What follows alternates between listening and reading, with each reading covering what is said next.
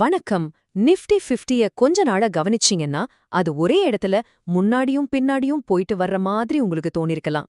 ஏன் மார்க்கெட் இப்படி ஒரு மாதிரி ஸ்டக் ஆகி நிக்குது? வாங்க இன்னைக்கு இந்த தேக்க நிலைக்கு பின்னாடி என்ன இருக்குன்னு கொஞ்சம் ஆழமா பார்க்கலாம். நம்ம எல்லார் மனசுலயும் இருக்கிற முதல் கேள்வி இதுதாங்க. ஏன் இந்த ஸ்டாக் மார்க்கெட் மேலேயும் போக மாட்டேங்குது, கீழேயும் விழ மாட்டேங்குது, அப்படியே ஒரு இடத்துல நின்னுடுச்சு? இதுக்கான காரணத்தை தான் நாம இப்போ கண்டுபிடிக்க போறோம். மார்க்கெட் அனாலிஸ்ட்கள் இது ஒரு பேரு சொல்லி கூப்பிடுவாங்க, கன்சாலிடேஷன் ஃபேஸ் அப்படின்னு. சிம்பிளா சொல்லணும்னா அடுத்து எந்த பக்கம் போறதுன்னு தெரியாம மார்க்கெட் ஒரு குறுகிய ரேஞ்ச்குள்ள சிக்கிக்குச்சு. வாங்குறவங்களும் சரி விக்கிறவங்களும் சரி ரெண்டு பேருமே ஒரு குழப்பத்துல இருக்காங்க. இந்த மொத்த சூழ்நிலையையும் ஒரு கயிறு இழுக்கும் போட்டியா கற்பனை பண்ணி பாருங்களேன். ஒரு பக்கம் புல்ஸ், அதாவது வாங்குறவங்க மார்க்கெட்டை மேல இழுக்க முயற்சி பண்றாங்க. இன்னொரு பக்கம் பேர்ஸ், அதாவது விக்கிறவங்க அதை கீழே தள்ள பாக்குறாங்க. ரெண்டு டீமும் செம்ம ஸ்ட்ராங்கா இருக்கிறதால கயிறு நடுவுல இருந்து கொஞ்சம் கூட அசைய மாட்டேங்குது. சரி, இந்த கயிறு இழுக்கும் போட்டி எங்க நடக்குதுன்னு புரிஞ்சுக்க முதல்ல நாம அந்த ஆடுகளத்தோட எல்லைகள் என்னன்னு தெரிஞ்சுக்கணும். அதாவது மார்க்கெட் எந்த நம்பர்ஸ்குள்ள போராடிக்கிட்டு இருக்குன்னு இப்ப பாப்போம். ஓகே, இதுதான் இப்போதைய ஆடுகளம். 25,500 பாயிண்ட்ஸ் தான் சென்டர் பாயிண்ட். அதுக்கு கீழே 25,350 ஒரு பெரிய சப்போர்ட், அதாவது மார்க்கெட் விழாம தாங்கி பிடிக்கிற ஒரு தளம் மாதிரி. அதே சமயம் மேல 25,700 ஒரு இரும்பு சுவர் மாதிரி மார்க்கெட்டை அதுக்கு மேல போக விடாம தடுத்து நிறுத்துது. இந்த 25,350ங்கிற நம்பரை நல்லா ஞாபகம் வச்சுக்கோங்க. இதுதான் மார்க்கெட்டை மேல கொண்டு போக நினைக்கிறவங்களோட முக்கியமான பாதுகாப்பாரன். இந்த கோட்டையை உடைச்சு மார்க்கெட் கீழே போனா மட்டும்தான் ஒரு பலவீனம் ஆரம்பிக்கும். இப்போ இந்த நம்பரை பாருங்க, 25,700. இதுதான் மார்க்கெட் தாண்ட வேண்டிய அந்த பெரிய தடைகள். இந்த சுவரை உடைச்சா மட்டும்தான் அடுத்த கட்ட ஏற்றத்துக்கான கதவு திறக்கும். சொல்லப்போனா இது மார்க்கெட்டை கீழே தள்ள நினைக்கிறவங்களோட கண்ட்ரோல்ல இருக்கிற ஏரியா.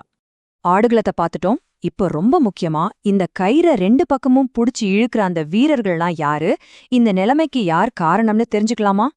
இந்த இழுபறிக்கு பின்னாடி 4 முக்கியமான சக்திகள் வேலை செய்யுது. சில செக்டார்ஸ் ரொம்ப வலுவா இருக்கு. நம்ம ஊர இன்வெஸ்டர்ஸுக்கும் வெளிநாட்டு இன்வெஸ்டர்ஸுக்கும் நடுவில் ஒரு போட்டி நடக்குது. மார்க்கெட்ல பயம் கொஞ்சம் குறைஞ்சிருக்கு. அப்புறம் குளோபல் நியூஸ். வாங்க ஒவ்வொன்றையும் பத்தி கொஞ்சம் டீட்டெயிலா பார்க்கலாம். இது ஒரு சூப்பரான பாயிண்ட். நம்ம உள்நாட்டு நிறுவன முதலீட்டாளர்கள், அதாவது டிஐஐஸ், தொடர்ந்து பணத்தை மார்க்கெட்ல போட்டு பங்குகளை வாங்கி ஒரு பெரிய சப்போர்ட்டா இருக்காங்க. ஆனா வெளிநாட்டு முதலீட்டாளர்கள் எஃப்ஐஐஸ் இருக்காங்களே, அவங்க ஒரு நாள் வாங்குறாங்க, அடுத்த நாள் விக்கிறாங்க.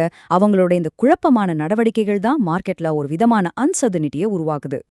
மார்க்கெட் பொதுவா ஒரே இடத்துல நின்னாலும் பேங்கிங், ஐடி, ஃபார்மா மாதிரி சில துறைகள் ரொம்பவே நல்லா பெர்ஃபார்ம் பண்ணுது. இந்த துறைகள் தான் சந்தை ஒரு பெரிய சரிவை சந்திக்காம தூண் மாதிரி தாங்கி பிடிச்சிட்டு இருக்கு. இது மார்க்கெட் மேல போகும் நம்புறவங்களுக்கு ஒரு பெரிய பிளஸ். இன்னொரு நல்ல விஷயம் என்னன்னா, இந்தியா விக்ஸ். இது மார்க்கெட்டோட பயக்குறியீடுன்னு சொல்லலாம். இது சமீபத்துல 3% மேல குறைஞ்சிருக்கு. அப்படின்னா என்ன? மார்க்கெட்ல திடீர்னு ஒரு பெரிய சரிவை வந்துருமோன்ற பயம் முதலீட்டாளர்கள் கிட்ட கொஞ்சம் குறைஞ்சிருக்குன்னு அர்த்தம். ஒரு விதமான நிதானமான அமைதி நிலவுது. சரி, இவ்ளோ விஷயங்கள் நடக்குது. இந்த மாதிரி ஒரு சூழ்நிலையில ஒரு ட்ரேடர் என்னதான் செய்யணும்? இந்த கயிறு இழுக்கும் போட்டியில எப்படி ஸ்மார்ட்டா ட்ரேட் பண்றது? அதுக்கான ஒரு ஸ்ட்ராட்டஜிய இப்ப பார்க்கலாம். மார்க்கெட் எக்ஸ்பர்ட்ஸ் என்ன சொல்றாங்கன்னா, இப்போதைக்கு இருக்கிற பெஸ்ட் ஸ்ட்ராட்டஜி இதுதான். மார்க்கெட் நம்ம முன்னாடி பார்த்த 25,700ங்கிற அந்த எதிர்ப்பு நிலையை நெருங்கும்போது லாபத்தை புக் பண்ணிட்டு விக்கிறது. அதே போல 25,350ங்கிற அந்த சப்போர்ட் லெவலுக்கு பக்கத்துல வர்றப்போ வாங்குறது. இது ஒரு சிம்பிளான 2 ஸ்டெப் பிளானா வச்சுக்கலாம். ஸ்டெப் 1, மார்க்கெட் 25,700ங்கிற அந்த சீலிங் கிட்ட போகும்போது வித்துடுங்க. ஸ்டெப் 2, மார்க்கெட் 25,350ங்கிற அந்த ஃப்ளோர் கிட்ட வரும்போது வாங்குங்க. மார்க்கெட் அந்த குறுகிய ரேஞ்ச்குள்ள இருக்கிற வரைக்கும் இந்த உத்தி நல்லாவே ஒர்க் அவுட் ஆக வாய்ப்பு இருக்கு. இப்ப நாம கிளைமேக்ஸ்க்கு வந்துட்டோம். இந்த இழுவழி நிலைமை தான் இன்னும் எத்தனை நாளைக்கு? அடுத்து என்ன நடக்க போகுது? அதை பத்தி யோசிக்கலாம் வாங்க. சுருக்கமா சொல்லணும்னா மார்க்கெட் ஒரு கத்தியோட முனையில பேலன்ஸ்டா நிக்குது. இந்த கயிறு இழுக்கும் போட்டியில யாரு ஜெயிக்க போறாங்கன்னு தெரியணும்னா மார்க்கெட் 25,700 உடைச்சு மேல போகணும், இல்லனா 25,350 உடைச்சு கீழே வரணும். அது வரைக்கும் இந்த வெயிட் அண்ட் வாட்ச் மோடு தான். கடைசியா ஒரே ஒரு கேள்விதான்.